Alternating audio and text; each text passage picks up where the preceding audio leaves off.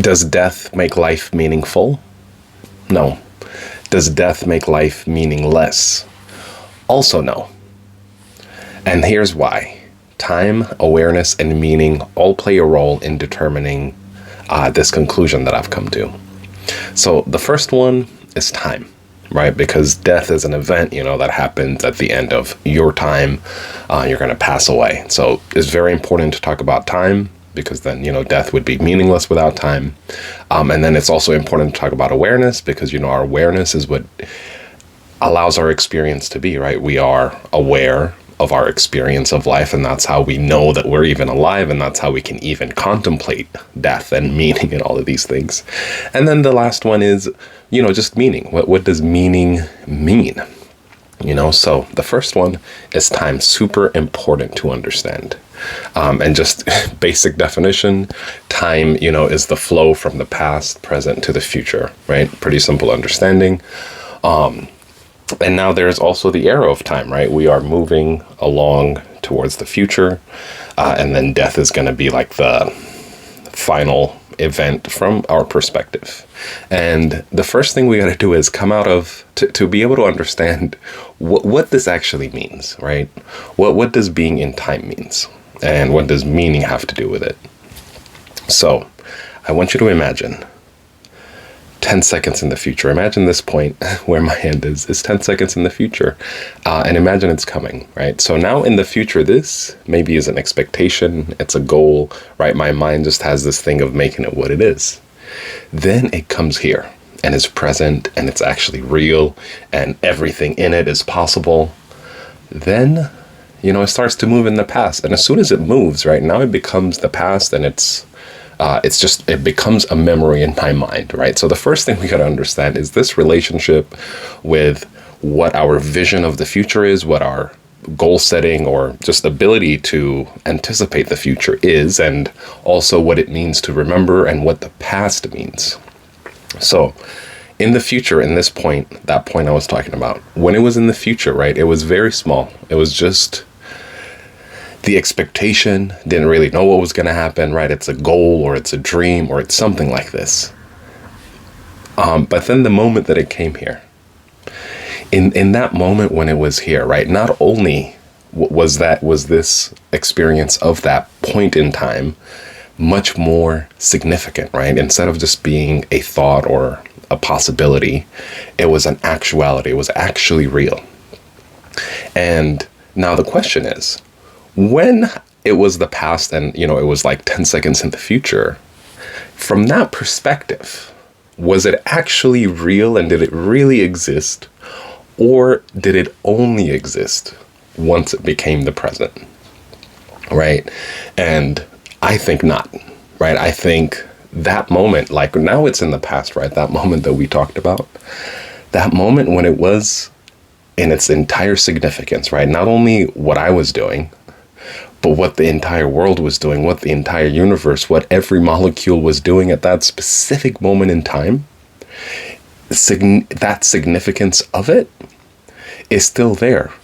It's only my perspective that has transformed the significance of that moment into a memory, into just a recollection of a happening. In much the same way, in the future, right? Let's say now 10 seconds in the future, this moment, just because my mind can only comprehend it as a possibility, don't even really know exactly what's going to happen, but just because it's a possibility and I'm not experiencing it, doesn't mean that it isn't as significant as it is. So that, look, when it does get here, it doesn't only now become significant because it's here. Right? It was as significant in the future and as significant in the past as it was, but it is only me that's moving along the timeline, right? So first is this understanding is, the timeline exists whether you're aware of it or not, right? Albert Einstein said, the past, present, and future are only illusions, even if stubborn ones. Right? Because we have this idea that, we're flowing through time, and this is a true statement of the world. of how things are, but it's not. If you take all the laws of physics and you apply them with a backward direction of time, meaning the future goes to the present, to the past, all the laws would work. Like the laws don't fundamentally care whether time is going this way or it's going that way, right? The laws are still the laws. And so in much the same way, right, there's this persistent illusion that we have when it comes to meaning, that things only exist when we are present and aware for it. And that because it's just a possibility to us, that's really what it is, right? It's not a possibility. It's an actuality that we are just now coming to. So that brings it to the next thing about revolving around awareness is, does awareness give meaning to things? And the answer is no, right? This is the second thing about why death has no impact, right? Let's say let's not even say, it's true that there are about 8 billion people, close to 8 billion people in this world who all have varying levels of their own dreams, their own goals, their own families, their own communities, their own aspirations, their own purpose, their own everything, right? And they are living just as meaningful or lack of meaningful, however it is, as me, right? Like they matter just as much as me and just as much as you. Now, if I am not aware of their lives, does that mean that they don't matter? No, it doesn't. That's just like that is a wrong thought or a wrong view to have. Just because you're not aware of something in its entirety, just because to you 8 billion people is a figment, right? It's just a statistic at this point, doesn't mean that their lives aren't just as rich and just as complex and just as miserable, just as happy, just as everything as your life is. And so if we're just aware of them as a number, like 8 billion people, like we can't compute that much information, but just because we compute it as that doesn't mean that their life has no meaning. So like going back to the timeline thing, just because we compute the, future moment or the past moment limited to our ability to compute, and we just see it as a possible point in time or however we see it, or like a past that happened, just because we see it like that and we're aware of it like that doesn't mean that that is truly how it is, right? Just because 8 billion people is just a stat in my head and I can kind of have some glimpse into the reality, it doesn't mean that captures the entirety of 8 billion people's lives. And so this is a limitation of my awareness, right? I'm able to only compute so much information, and just all humans were only able to compute so much information. But this is where the illusion starts to come, is when we start to think that only what we are fully aware of has meaning, then it's wrong, right? And this gets into that whole idea of a deeper level of, if a tree falls in the forest, does it make a sound? One might argue sound, itself is information that has been processed to be sound by a brain. But does it make vibrations in the air that may not be interpreted by other things as sound, but is felt, right? It's like the ground definitely felt it, right? Like the spread of that information could be different depending on what's there in the forest, right? Only when we say sound, it's just the way that we process that information that it produces. But so this is a deeper look at that kind of thing, where it's, because of how we process the information, is that what gives things meaning? And for me, absolutely not, right? It's just wrong to say with the 8 billion people that they have no meaning because I just see them as a number, right? Which is completely wrong. So that is the other thing about awareness. So we've started talking about time, started talking about awareness, and now let's combine them. So this point in the future that's coming, I see it as a possibility. I can now understand that my understanding of it, my projection, is not entirely what this moment is actually going to be. But then when it comes here, right, not only am I coming in this moment, but the whole universe and whatever orientation it is at this exact moment is here. And all this information I cannot fully process in my awareness. And this information, right, is the magnificence of all that life is. And then again, it passes. And now, just because it passes and it transforms in me into just a bit of information, a bit of summarized, condensed information, doesn't mean that that's what it is, right? And so how does this apply to death and the meaning of death, right? So death is going to be a point here, a point where, you stop being aware, cease to exist. People have different definitions of what might happen after, but we're just going to use this specific thing of where there's just going to be nothing, or you're going to cease to exist.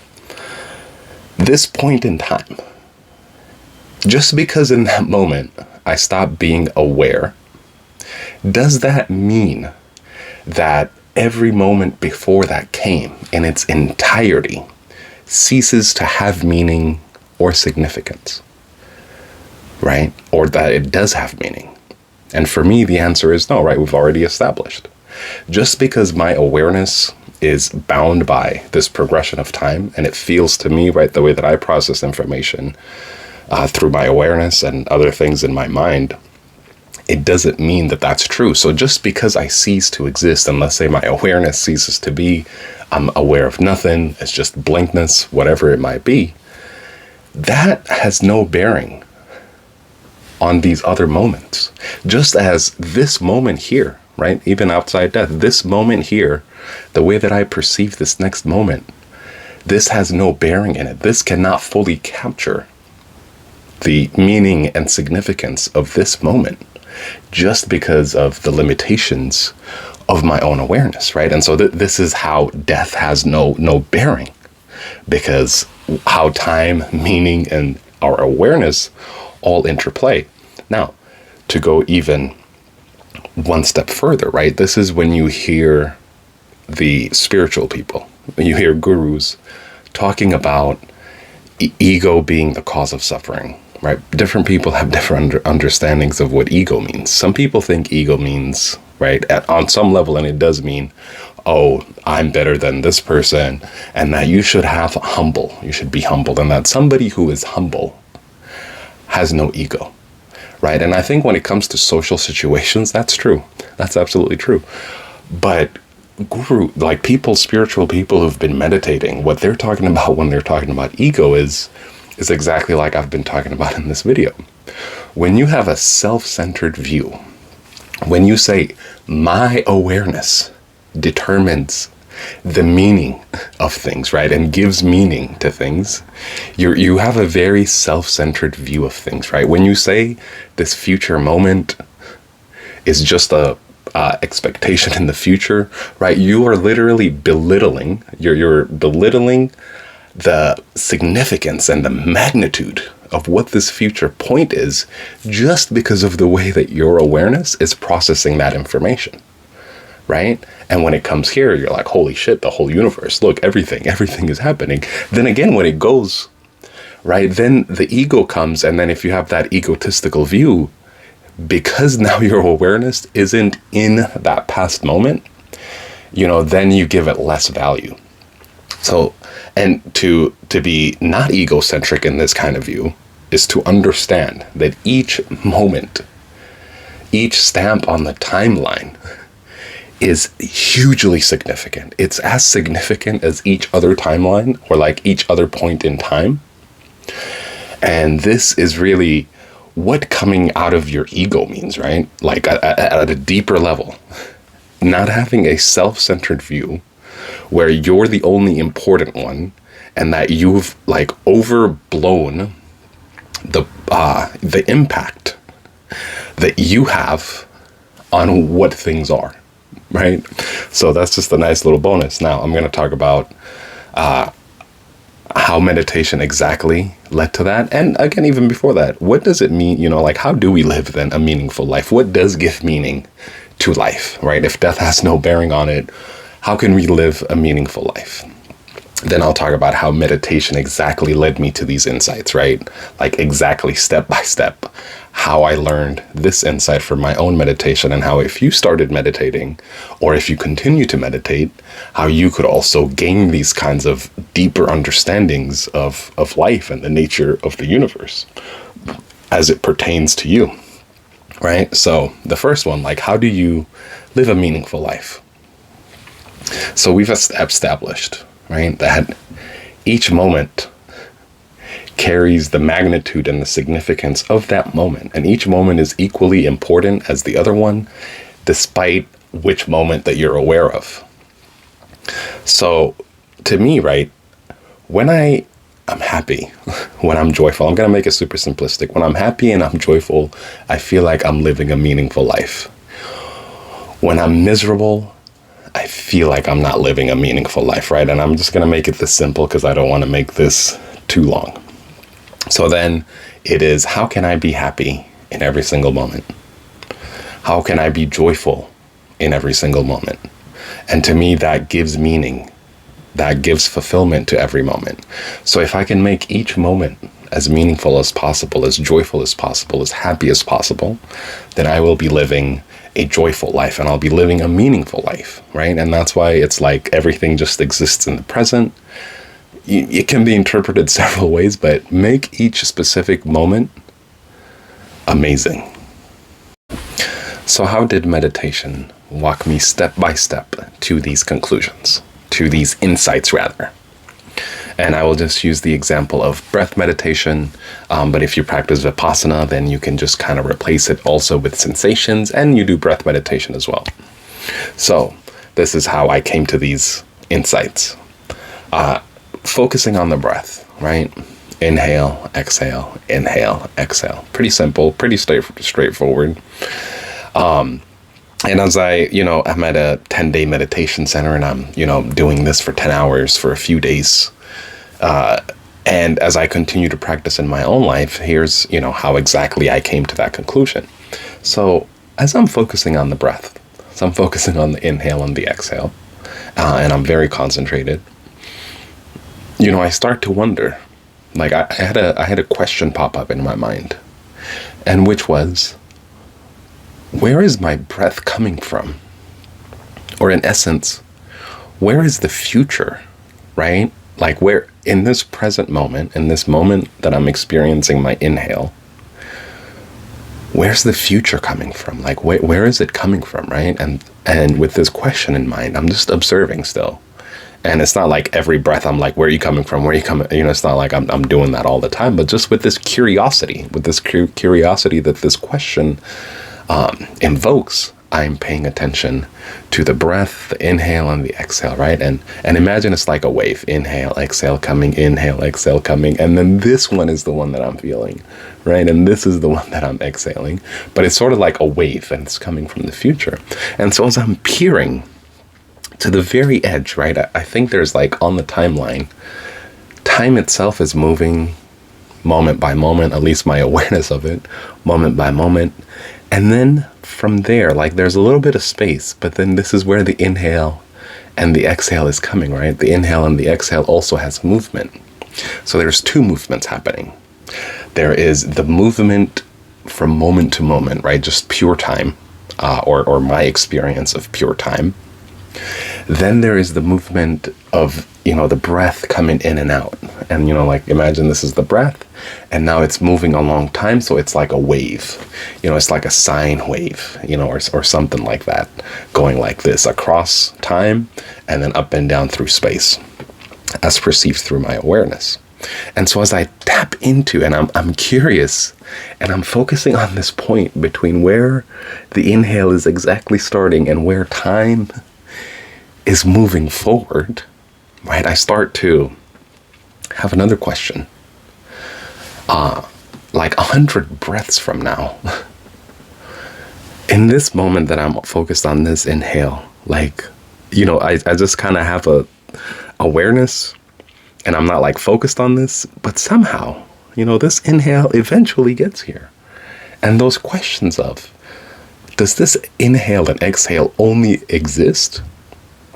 And is it only giving me life because it's here right now?